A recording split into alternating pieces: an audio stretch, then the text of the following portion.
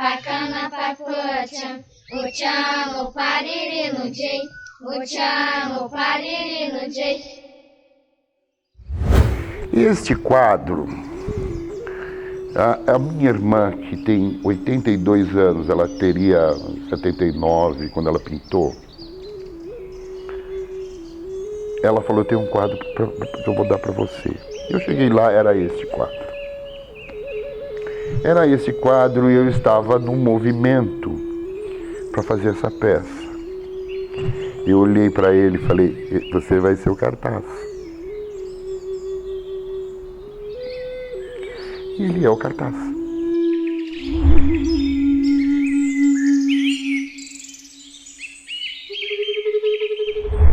Bom, esse texto em especial, eu tenho um especial carinho por ele, porque é um texto ele é muito emotivo, é muito emocional. Eu escrevi querendo prestar uma homenagem aos saberes que esse meu avô foi transmitindo, não é? Mas o livro em si, a ideia do livro foi nascendo aos poucos, né? Que, na verdade, desde que eu comecei a escrever, eu tinha muita intenção e muito interesse de escrever livros que fossem assim um pouco para apresentar um pouco o jeito indígena de pensar, não é? A filosofia de vida das populações indígenas. E claro, um pouco esse conhecimento já estava comigo, já trazia. Eu conheci o Munduruku no programa da Cláudia Cardinale. Imagina, nunca fui no programa da Cláudia Cardinale. No programa da Cláudia Matarazzo, que ela tinha um programa na TV Gazeta, um desses programas femininos. E eu cheguei e tinha um índio que era professor de filosofia. Professor de filosofia. E foi uma coisa muito estranha, eu achei muito estranho, mas me deu muita vontade de conversar com ele. Mas eu me perdi um pouco, não sei o quê, a gente trocou endereço, não sei o quê. Pá. Um dia, a minha mulher tinha uma mania de fazer uns dias, umas vivências de coisas. Eu já não tinha muito saco. E apareceu uma coisa que era uma vivência com índio. E era um Munduruku com um outro índio chavante, num sítio. E a gente dormia, inclusive, lá. E também ia o Ayrton Krenak. E a gente foi e tomou o Ascar com os índios. Que foi uma experiência profundamente fantástica. Foi uma coisa muito engraçada, porque a gente ficou vendo, esperando chegar o Ayrton Krenak, e o Ayrton Krenak era a minha irmã dizia que o Ayrton Krenak era o homem mais lindo que ela tinha visto. E aí chega um carro, desce um cara do carro, com uma calcinha que eu achei que ele tivesse pego no figurino do Mazzaropi. E era o Ayrton Krenak. E eu achei uma bobagem naquela pessoa. E aí o Ayrton Krenak começou a falar. Ele começou a falar. Ele mexia na bolsinha para arrumar fumo, para fazer um cigarro. E ele começou a falar, e ele foi ficando uma coisa deslumbrante, um deus. Ele virou um deus. Era mágico, o Ayrton Krenak, era mágico. E eu espero não agredir com a minha manifestação o protocolo dessa casa.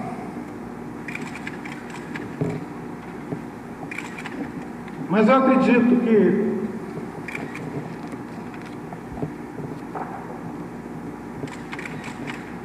os senhores não poderão ficar omissos, os senhores não terão como ficar alheios a mais essa agressão movida pelo poder econômico, pela ganância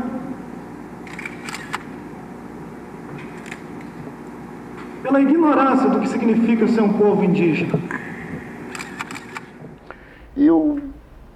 Aí o Munduruku começou a frequentar a minha casa e a gente conversava muito sobre todas as coisas. Ele trouxe livros e a gente falava, ia no lançamento dos livros dele, enfim. E aí, num dia que a gente estava aqui, a gente estava conversando e disse para ele, e a gente começou a dizer que o brasileiro não tinha ancestralidade, que quem tinha ancestralidade era o índio. Eu trabalhava no Museu da Imigração. E o Museu da Imigração me disse muito isso. Porque as pessoas, principalmente em São Paulo, nesse país, principalmente, eu digo, pela grandiosidade, pela coisa, São Paulo é um marco. E as pessoas tinham uma referência das suas origens lá. Né? Essa imigração tinha... E as daqui não se falava. Quer dizer, você não tinha... Quer dizer, quem é que tinha esta ancestralidade brasileira? Era Daniel Munduruku. Não era o Daniel Munduruku, era o povo indígena, que tinha uma ancestralidade. Quem me sugeriu essa história, de alguma maneira, foi justamente o Sebastião, né, a Dirce, em conversas que a gente tinha, em que a gente conversava muito, falava muito sobre ancestralidade, falava muito sobre os saberes antigos e tudo mais, e eu fui me dando conta de que era possível, sim, contar uma história a partir de eventos que aconteceram comigo e colocasse dentro dessa história esse personagem, que para mim foi sempre tão marcante, né? Que é o meu avô Apolinário. E quando eu sentei para fazer essa história, ela veio muito rápida, assim. Foi um texto que eu escrevi, não sei, talvez em 2, 3 dias, né? O texto completo veio na minha cabeça, assim, eu fui escrevendo e depois, é claro, a gente vai burilando o texto, né? Mas a história inteira veio de uma forma assim tão mágica para mim, porque ele é um texto que é movido pela emoção, né? Pela memória. A memória tem essa mágica, assim, tem essa forma de captar na gente uma sensibilidade que, quando a gente consegue colocar para fora, ela vem assim como um suspiro, né? Eu acho que a memória é um pouco isso, o suspiro da nossa alma, né? Nossa alma suspira dentro da gente e se transforma em palavras, às vezes, se transforma em poesia, enfim, se transforma em pensamentos que a gente que consegue manipular um pouco a escrita, consegue colocar também para fora. E um dia ele trouxe o livro, a gente leu o livro, enfim. Eu tinha esquecido dessa conversa que a gente teve na cozinha da minha casa, sentado à noite bebendo e conversando sobre ancestralidade. Ele trouxe o livro, eu li, tinha esquecido já que o livro era dedicado a gente, mas enfim. Quando eu li o livro, eu digo, isso é uma peça de teatro. Aí eu falei para ele, isso é uma peça de teatro. E ele falou, uma peça de teatro? Vamos fazer. E ficou... É muito interessante quando o índio fala, mas desde a primeira vez que eu li, eu achei que quem tivesse que fazer o índio velho era o índio. O desafio para ser índio não foi muito, porque eu me considero índio, sabe? A minha família vem de indígenas e eu tenho orgulho por isso, gosto muito quando faço personagens de índios. Inclusive, a maior parte dos meus trabalhos foram como índio. Mas o desafio foi o teatro, porque eu sempre fiz cinema, comerciais, essas coisas, e sempre respeitei o teatro como a grande faculdade da arte de representar. Então, quando o Sebastião me convidou, o meu medo não era ser um personagem índio, ou a responsabilidade de um índio do Munduruku, que também é sério. foi o teatro, porque eu não fiz muito teatro, na verdade. Mesmo sabendo que é a grande escola, né, tendo a arte de representar. Então eu fiquei meio encabulado. O Sebastião me convidou, encontrei o Sebastião uma vez e ele falou do jeito dele, falou: estou montando uma peça e quero que você faça. Não falou ainda, eu gostaria que você fizesse, eu quero que você faça. E passou-se um tempo, ele ficou com o meu telefone e aí não ligou e tal. E nos encontramos num dia nada bonito. Nos encontramos no enterro do Carlos Reichenbach, que para os amigos Carlão. Aí o Sebastião apareceu, indo, puxa, eu estava te procurando, o telefone é o mesmo. Eu digo, é o mesmo, Sebastião. Eu vou montar a peça e você vai fazer. Digo, tá bom, vamos tentar. Eu vou te ligar, tá bem. Passaram uns dias, o Sebastião me ligou, vim aqui na casa dele. Aí ele me apresentou o texto, falou algumas coisas da peça. E eu realmente tremi. Eu falei, mas o Sebastião está arrumando para mim eu fazer teatro. Levei para casa. Lá deu uma passadinha.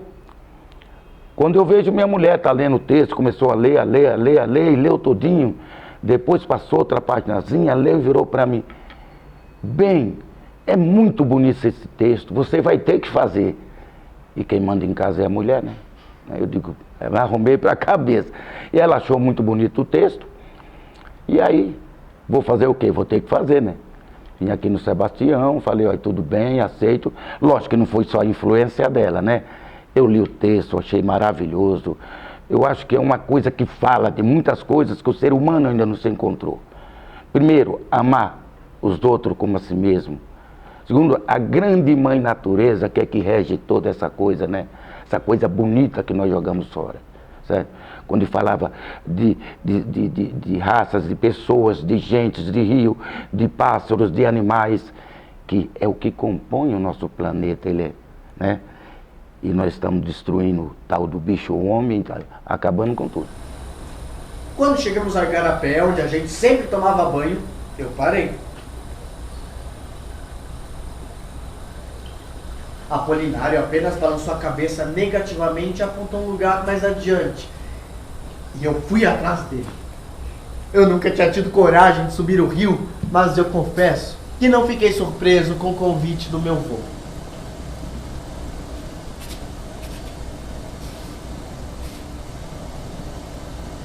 Ele me levou a um lugar belíssimo, com uma queda d'água mais ou menos alta e abaixo dela havia um poço.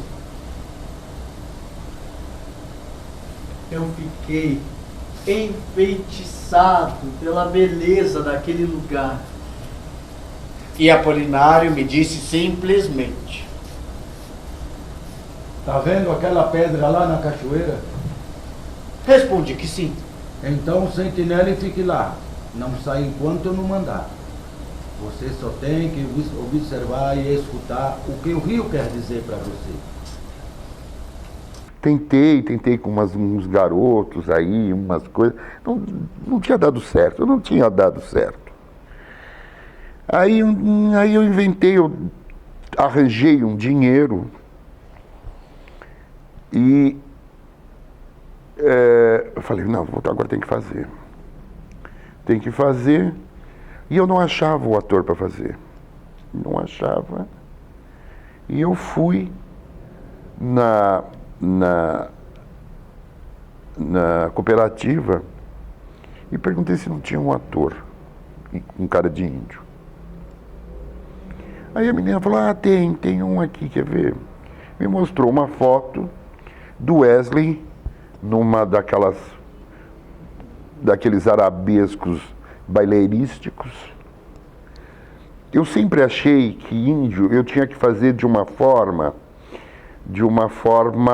ágil e de uma forma atlética ou dançada.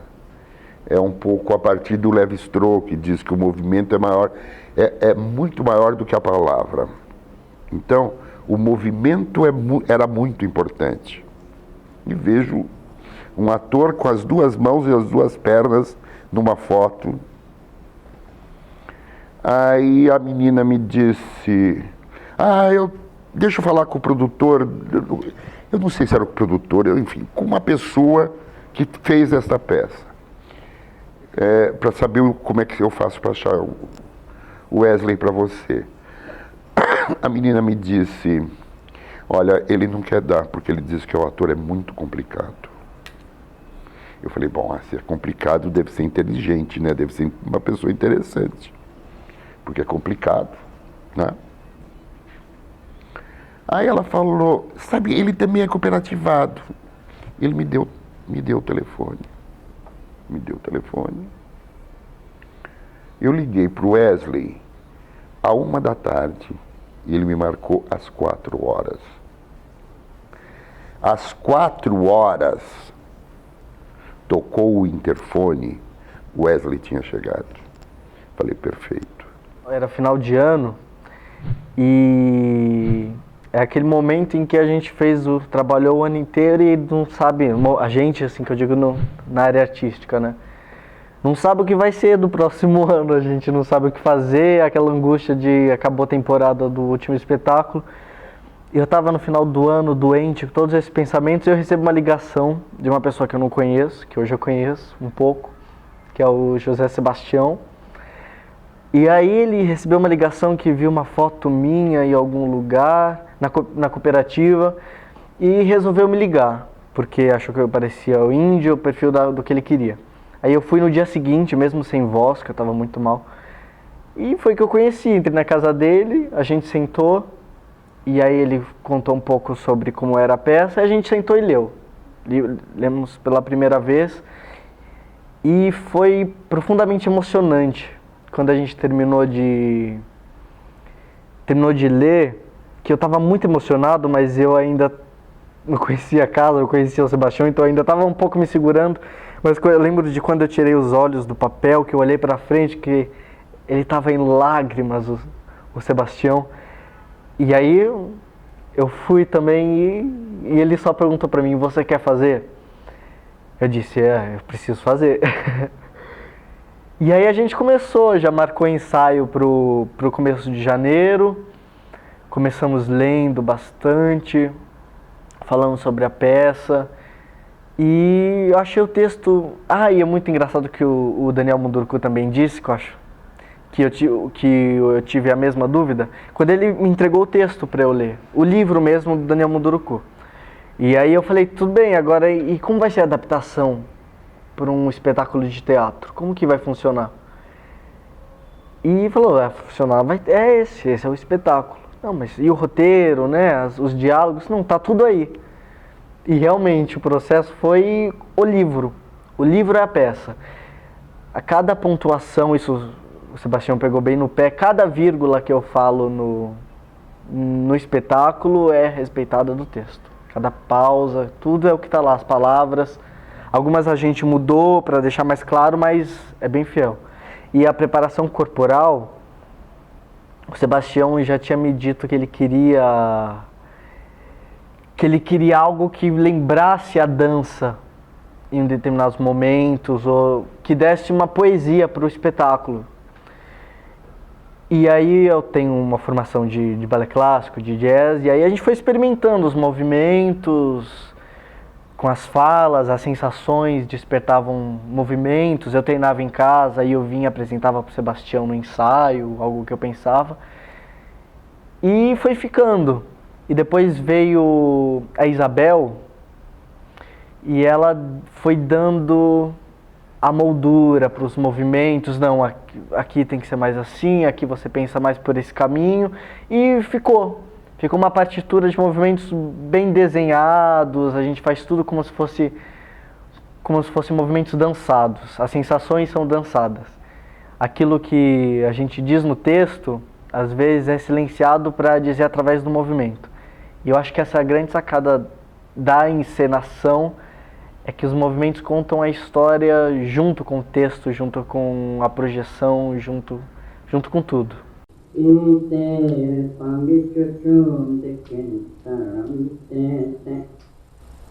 A gente não pede para nascer, apenas nasce. Alguns nascem ricos, outros pobres, uns nascem brancos, outros negros, uns nascem em lugares onde faz muito frio, outros em terras quentes. Enfim, nós não temos muita opção mesmo.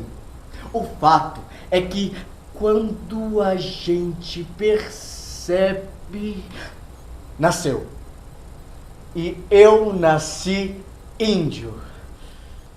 Mas eu não nasci como nascem todos os índios. Não nasci em uma aldeia rodeada de mato por todo lado, com um rio, onde as pessoas pescam peixe quase com a mão, de tão límpida que é a água.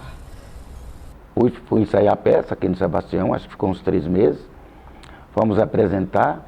Eu ainda estava com muito medo, sinceramente, porque cinema é uma coisa, você vai lá, vai montar, vai ver, vai te cortar, isso e aquilo.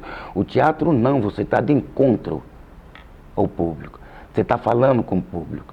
Então não tem como você, digamos, na palavra, desbaratinar a coisa. Ali ou é ou não é. E sei que foi assim a primeira apresentação em Lorena. Daí eu acho que me soltei um pouco, pelo menos os colegas acham que eu me soltei bem. E fiquei muito feliz. Fiquei porque uma série de razões que me deixou muito assim, feliz. Muitas delas, umas é falar do povo indígena, das suas origens, das suas raças, dos seus costumes. Segundo, está em frente essas crianças de periferias, que nós fomos para os céus. Primeiro foi a apresentação lá no Jaraguá, que é uma outra classe, um outro povo. E depois aos céus, estar de frente com aquelas crianças que não tem muita oportunidade, né, de uma cultura, de um lazer, de uma coisa. Isso foi muito gratificante, sabe? Você vê aquelas criançadas paradas e a coisa gostosa, quase todos os céus, você não via murmúrio, eles ouviam, eles prestavam atenção. E aquilo vai, né, trazendo para que você faça um trabalho com mais dedicação e com mais felicidade. É o meu livro preferido, é o meu texto preferido. Muitas vezes as pessoas me perguntam, qual o seu texto preferido? A maioria dos autores sempre diz assim, é difícil escolher, é difícil dizer, porque senão eu vou estar sendo injusto com os outros textos, né? Mas eu digo sempre que o meu texto preferido é esse do meu avô Apolinário. Os outros textos eu adoro de paixão, claro, mas esse aí em especial é um texto assim, que veio mesmo de uma memória ancestral, né, que eu carrego comigo, e por isso ele é assim, é o meu xodó, né? E eu gosto sempre de pensar nele dessa maneira. E talvez por isso ele faça um caminho assim que eu nunca controlei, nunca dominei. Eu sempre achei que seria um texto que ia fazer que ia criar uma empatia nas pessoas. Porque eu acho que essa história que eu conto não é a minha história, né? É a história de todo mundo. Como o Sebastião sempre fala, é um texto que pode ser contado por qualquer pessoa em qualquer lugar do planeta, que tem a mesma repercussão, né? Tem a mesma, gera essa mesma, esse mesmo comprometimento das pessoas com a sua própria humanidade. Que alívio. Foi realmente um alívio para mim. E o começo de uma grande aventura pessoal e espiritual. Foi lá que eu comecei a olhar o mundo de outra maneira.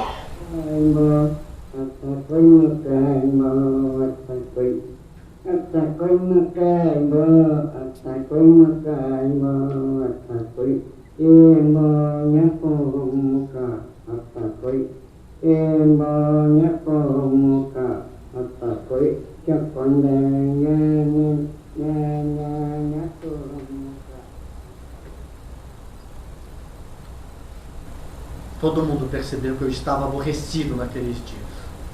Só não sabiam porque eu não queria me divertir como eu sempre fazia quando chegava ao aldeia. Todos viram que eu comecei a andar sozinho. Eu estava triste, cabisbaixo. Todos olhavam para mim tentando adivinhar o que acontecera, mas eu não dizia nada. Eu estava nervoso. Eu não queria que ninguém chegasse perto de mim.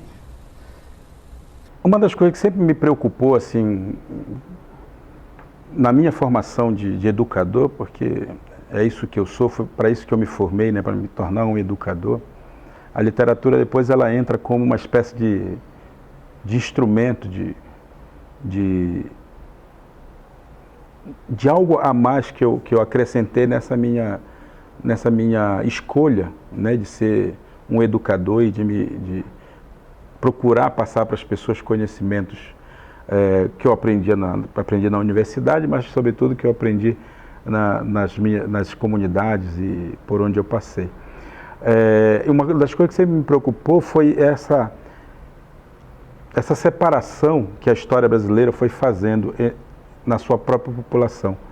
O Brasil não tem orgulho da sua brasilidade.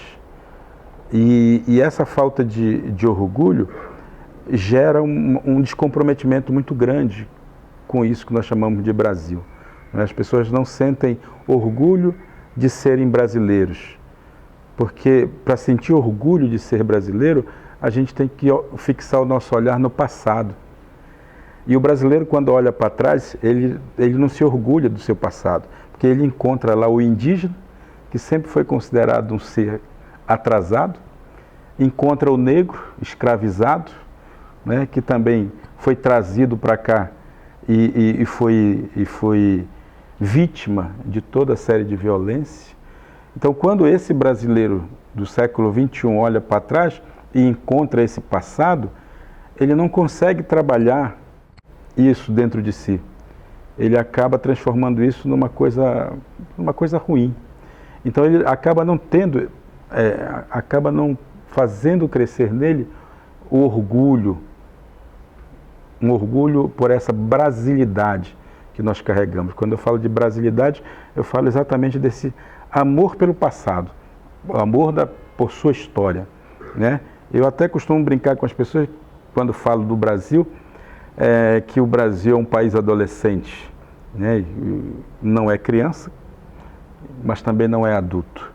E o que caracteriza a adolescência é esse conflito, é um conflito de identidade. E esse conflito de identidade que o Brasil vive é que o separa da sua história ancestral, né? Essa história ancestral que diz quem a gente é, da onde a gente veio, o que a gente faz nesse mundo, né? Para onde a gente caminha, quais são os princípios que regem a nossa caminhada, né? Isso é o que a ancestralidade nos dá. E esse sentido de ancestralidade também permite que a gente se comprometa mais com esse lugar, com o lugar que a gente vive. O que o indígena tem, assim, que eu acho fabuloso nesse sentido de ancestralidade? É porque a ancestralidade faz com que ele olhe para o lugar onde ele vive como algo sagrado. E quando a gente olha para uma coisa como sagrado, a gente cuida.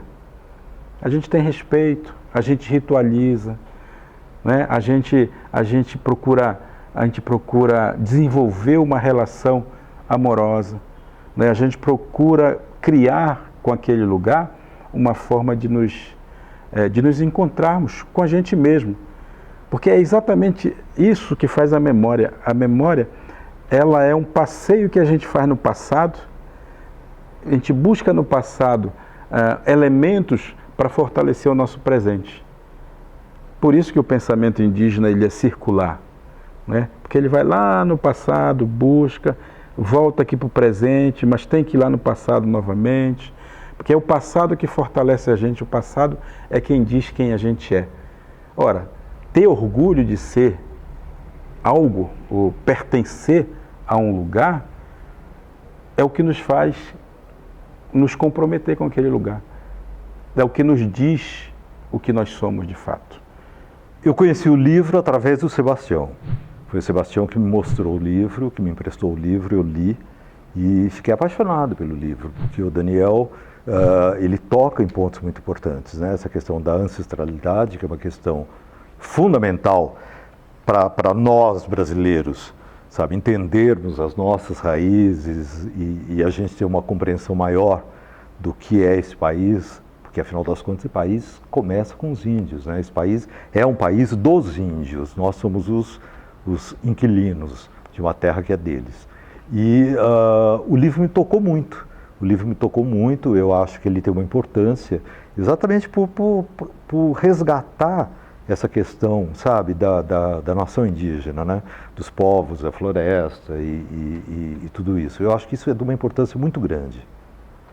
Você chegou à aldeia muito nervoso esses dias, não foi? Veio assim da cidade, lugar de muito barulho e maldade. Lá as pessoas o maltrataram e você se sentiu aliviado quando soube que viria para cá, não foi? Sei que está assim porque as pessoas o julgam inferior a elas. E seus pais não ajudam muito a compreender tudo isso. Pois bem, já é hora de saber algumas verdades sobre quem você é. Por isso eu trouxe aqui. Você viu o rio, olhou para as águas. O que eles lhe ensinam? A paciência e a perseverança. O Abu Janra me disse o seguinte: você vai fazer um infantil juvenil, não faça para criança, faça para gente, para pessoas.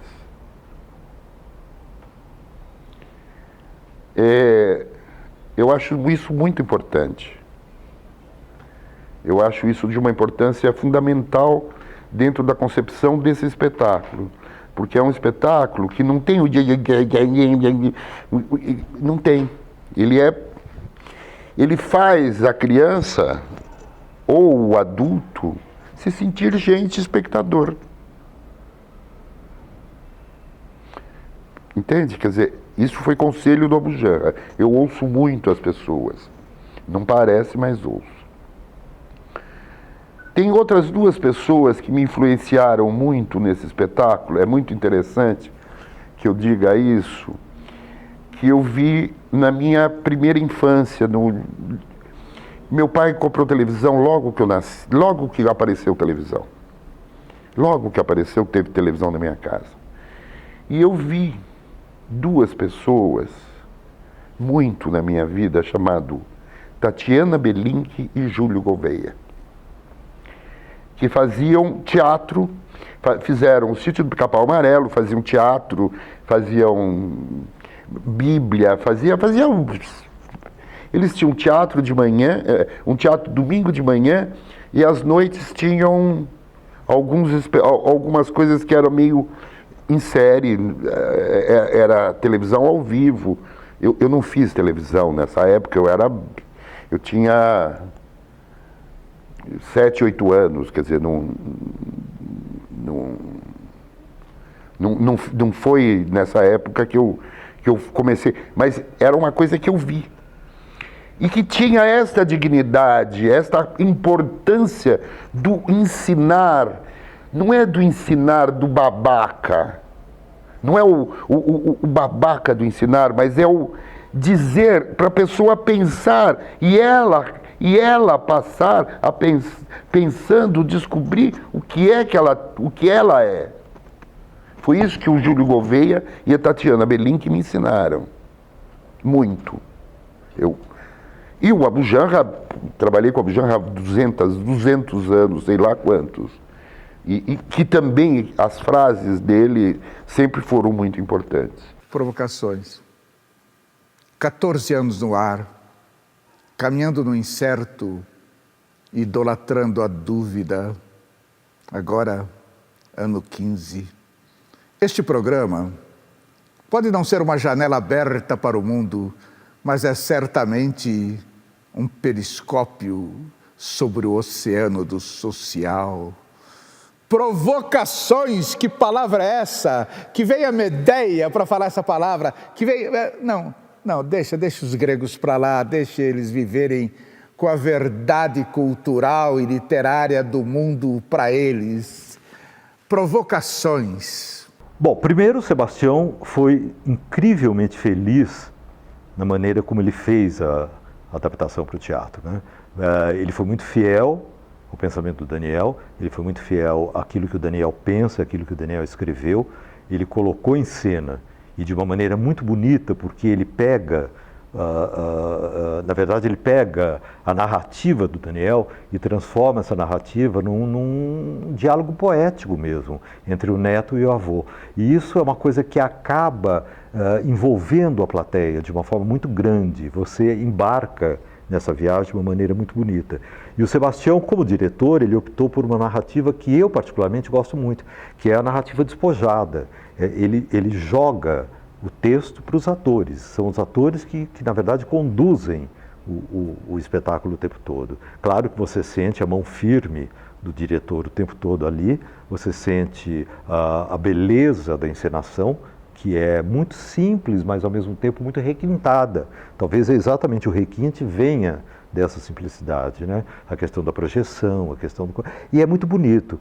E aí o trabalho dos dois atores que é fenomenal, né? O Wes e o Índio, eles dão vida àqueles dois personagens de uma maneira impressionante. A plateia fica cativada mesmo. Quando eu fui ver, era um silêncio total, sabe? E de vez em quando você tinha aquele respiro do humor, que também é uma coisa fantástica isso. Tinha o respiro do humor, tinha o respiro da nostalgia, sabe? Isso tudo compunha um mosaico que traduziu perfeitamente o que o Daniel estava no livro dele. Eu acho uma encenação brilhante. E a curiosidade toda é que não era uma peça de teatro para mim. Não era um texto que você pega e tem diálogos, embora tivesse em algum momento, que ele descobriu onde estavam. Que você lendo uma primeira vez, você percebe o diálogo, mas você não percebe o diálogo. Mas quando você bota esse texto em pé, com os atores, você começa a descobrir que ele se enxergou. Claro, acredito que o Daniel também tenha visto essa possibilidade. Mas fiquei muito contente e apreensivo, porque quando você lê uma peça, um texto, com a grandeza que o texto tinha e tem dentro dele, tive que ficar prestando atenção no Sebastião, como ele ia conduzir isso.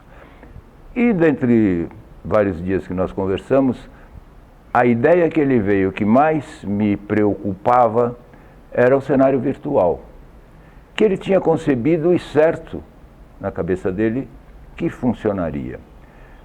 E para minha surpresa funcionou.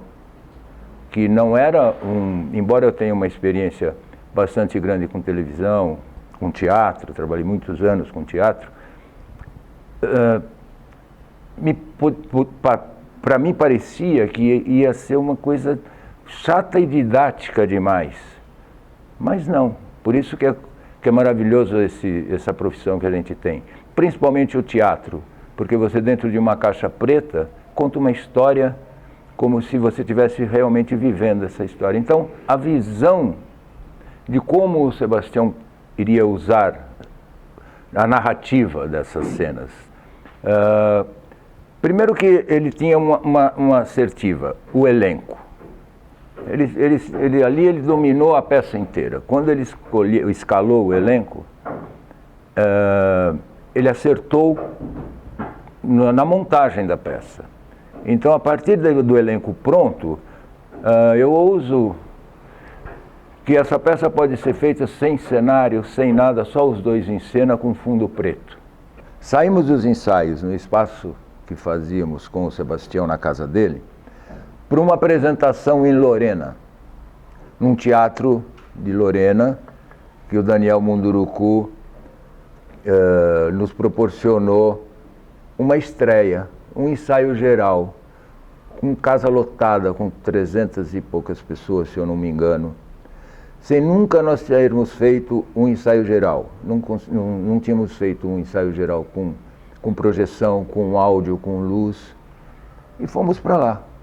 Grata surpresa quando chegamos e quando terminamos o espetáculo, um sucesso, tudo deu certo.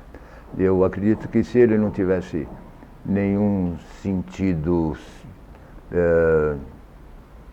teatral, cultural, se não tivesse mexido, movido as pessoas, não teria sentido nenhum a gente estar falando sobre ele agora. O texto, ele tem vários vários itens que são muito polêmicos, né? Que são e são apropriados para as escolas e para essa idade de infanto-juvenil, que fala da questão indígena. E acho que o que pega mais mesmo para as crianças e jovens é a aceitação, é você se aceitar como você é. Então, acho que isso é um tema muito que contagia, que pega muito para as escolas. Eu não vi nenhum tema que pudesse ser, que não atraísse as escolas ou mesmo os jovens e as crianças. Essa história é universal. Todo mundo tem uma ancestralidade. Esta coisa do índio, ele conta uma história da ancestralidade dele. Mas se ele fosse finlandês, ou se ele fosse japonês, a história é universal. A grandiosidade do texto é a universalidade desse texto.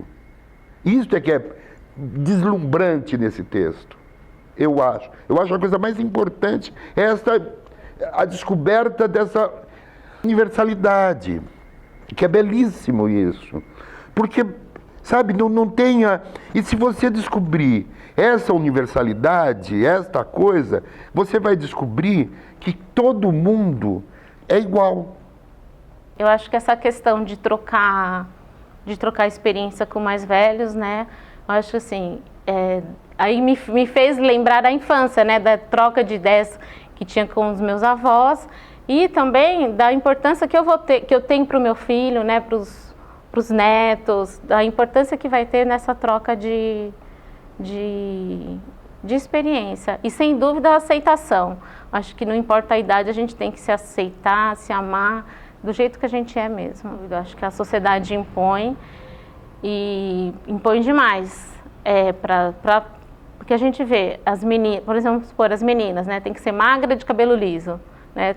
Então hoje quem quer sair desse perfil tem que ser muito valente mesmo, né? Tem que ter uma autoestima mesmo muito boa, tem que ter coragem para ser o que você quer ser mesmo e lutar por isso.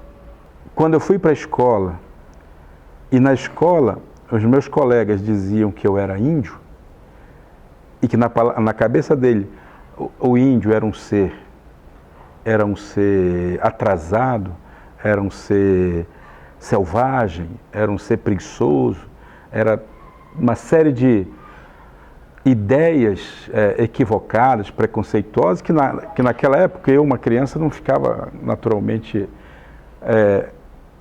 teorizando a respeito disso. Mas eu sentia na pele a dor de pertencer a um lugar que as pessoas não gostavam que eu pertencesse.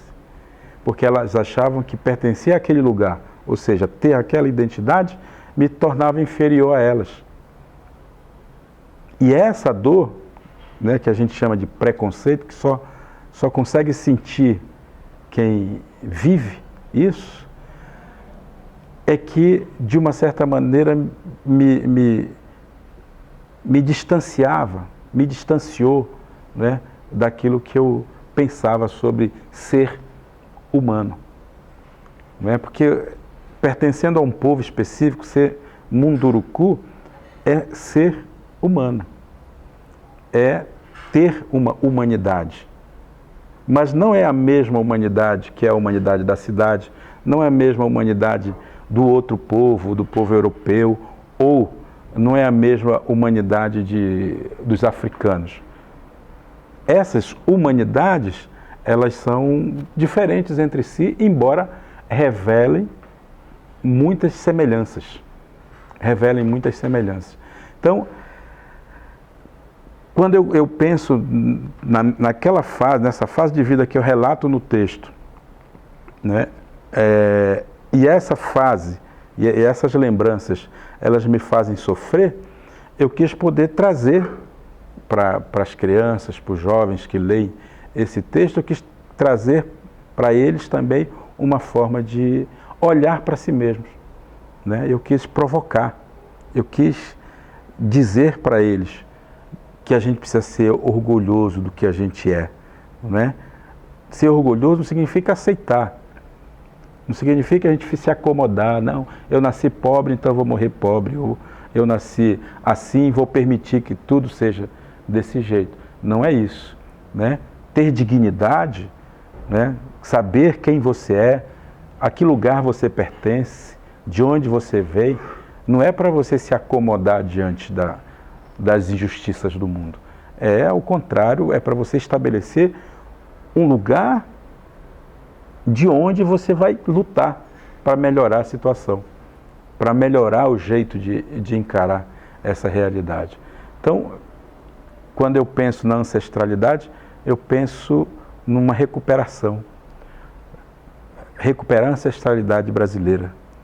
Não para as pessoas vangloriarem as culturas indígenas, mas para as pessoas começarem a perceber de onde é que elas são e como isso é importante para que elas sejam cada vez mais humanas. Teve uma vez que a gente fez um espetáculo no céu que foi assim, foi profundamente emocionante. Depois que a gente terminou o espetáculo, veio um rapaz e disse, um rapaz jovem, assim, muito jovem, e disse: eu me identifiquei com o seu personagem. Aí eu, por quê? Porque aqui a gente também sofre preconceito. Mas que tipo de preconceito? Eram pessoas de periferia. Eu imaginei que fosse preconceitos assim, né? Pessoas que não morassem na periferia. A gente, não, o preconceito que a gente sofre aqui são os preconceitos da gente mesmo. Por exemplo, eu sofro preconceito porque a casa que eu moro não tem número. E aí eu percebi que ele sofria preconceito porque não tinha simplesmente não tem um CEP. As pessoas poderiam morar em casas mais simples, lá em barracos, mas o delas tinha número. Então o que vai sofrer preconceito aqui é aquele que não tem um número. Isso preocupa um pouco, porque eu me questiono, né? Será que o preconceito é algo que é inerente a gente, ao ser humano? Porque eles ficam profundamente emocionados quando se identificam, porque todos sofrem preconceito. Ficaram emocionados aqui no Teatro Jaraguá, no centro da cidade, ficaram emocionados em Guarulhos, ficaram emocionados em Guaianazes, ficam emocionados porque é algo que todos passam, esse reconhecimento, esse se olhar no palco através desse personagem que eu faço, é o que todos passam. Então, eu acho que é uma maneira de mudar como a gente vai tratar o outro, quando a gente se identifica e sabe que a gente está fazendo a mesma coisa.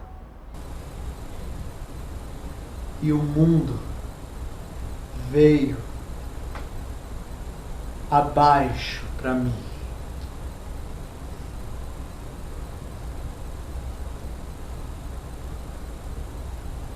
Desmoronou. Eu fiquei bem triste, bem magoado com Linda. O pior, contudo, veio depois. Linda contou para todo mundo o que havia acontecido e os meus colegas caíram matando em cima de mim, repetindo tudo que eu não queria ouvir. O índio levou fora de Linda! Porque índio é feio, índio é selvagem, índio é índio. A minha bisavó era índia, a minha avó parece que já casou com outra pessoa. É uma história meio complicada que nem nós brasileiros sabemos bem qual é tal. Olha, por exemplo, se for perguntar para alguém, cadê os índios tupinambás? Cadê os índios tupiniquins? Que eram os índios de São Paulo. Não existe mais nada disso. Pelo menos por o que eu sei, mas nem vestígio, que acabaram com todos eles. Então eu procuro sempre, quando posso, falar das minhas origens, do povo que corre na minha veia. Tanto é que aqui em São Paulo, quando eu cheguei, eu fiz muita amizade com os índios guaranis, lá de Piruíbe. Mas muita mesmo, de ficar semanas lá, que era o cacique André, felizmente já faleceu há tempo. O irmão dele, o Zizi, que chegou até a fazer figuração na boca de cinema como índio, tocava um cavaquinho extraordinário. Nós fizemos muitas festas ali em Piruíbe, Itanhaém, aqueles lugares ali. E eu convivi com esse povo como se fosse eu mesmo, a minha família. Cansei de ir na casa do Fernando André, ele parece que tinha umas 5 filhas mocinhas, mais uns 4 homens, e a gente dormia tudo numa esteira de cueca, de calção, alguns até sem. E eu comecei a perceber que coisa bonita é isso de você não reparar as suas origens, as pessoas que estão do seu lado, de qualquer forma. Vestido ou sem roupa, preto, branco, amarelo, africano, chinês, nós somos seres humanos. O conceito do Sérgio Buarque de Holanda, do brasileiro ser um homem cordial, eu acho que esse conceito, na verdade, o brasileiro não é cordial. O brasileiro é preconceituoso, o brasileiro ele tem uma raiva latente contra uma série de coisas, e o brasileiro tem essa luta de classes, e quando eu digo luta de classes, ainda é, sabe, aquela coisa da Casa Grande Senzala, e a gente, isso é permanente, eu não sei até se isso um dia vai acabar, mas eu acho que cabe a nós, e cabe assim, a todo mundo que vai ver, que assiste um espetáculo como esse, sabe, cabe tentar lutar para que isso, sabe, seja um pouco, cada vez menos conflituante. Quer dizer, a gente tem que ter um equilíbrio, a gente tem que ter uma maneira virtuosa de encarar essa sociedade. Eu acho que, sabe, não cabe mais, em pleno século XXI, você ter, sabe, uma visão sobre essas diferenças. Muito pelo contrário, eu acho que a gente tem que se ater às semelhanças, elas que são importantes. Eu sempre disse que a minha literatura, o que eu escrevo, ela é uma literatura militante. Militante no sentido de não ser só entretenimento, né? Ela também quer ser um instrumento de consciência para as pessoas. Eu quero que as pessoas, quando leiam o que eu escrevo, elas pensem, reflitam e tenham condições de se sensibilizar com a situação, não com a situação do índio ou do indígena, como eu gosto mais de chamar, não é? Mas elas comecem a perceber que nós somos uma coisa só. Nós não somos pessoas diferentes no sentido de nossa humanidade, né? Nós temos as muitas humanidades que a gente pode viver dentro da nossa história, da nossa existência, mas todos nós fazemos parte de uma mesma realidade, né? Essa ideia que as pessoas têm que elas podem dominar a natureza, podem detonar a natureza, podem destruir, podem massacrar, só porque elas se sentem superiores à natureza, esse tipo de ideia eu venho combatendo sempre, né? Eu venho defendendo a ideia do pertencimento. Nós somos parte. Por que nós nos colocamos acima dos índios? Muito pelo contrário, sabe? Essa terra é deles. Eles que chegaram aqui. Eles que sabem que a cultura que vem para nós é uma cultura que passa por eles, que os portugueses massacram. Agora, o que sobra da cultura é muito rica. E eu acho que a gente tem que preservar isso, é um tesouro isso. Aí você me pergunta qual a importância que essa peça tem para as pessoas. Eu tive algumas experiências nesse espetáculo que foram... foi assim. Acabou o espetáculo e os menininhos chegaram e me disseram: ele é descendente, o avô dele é índio. Isto foi tão anti o preconceito, ele depois da peça, ele passou a ser importante porque ele era índio.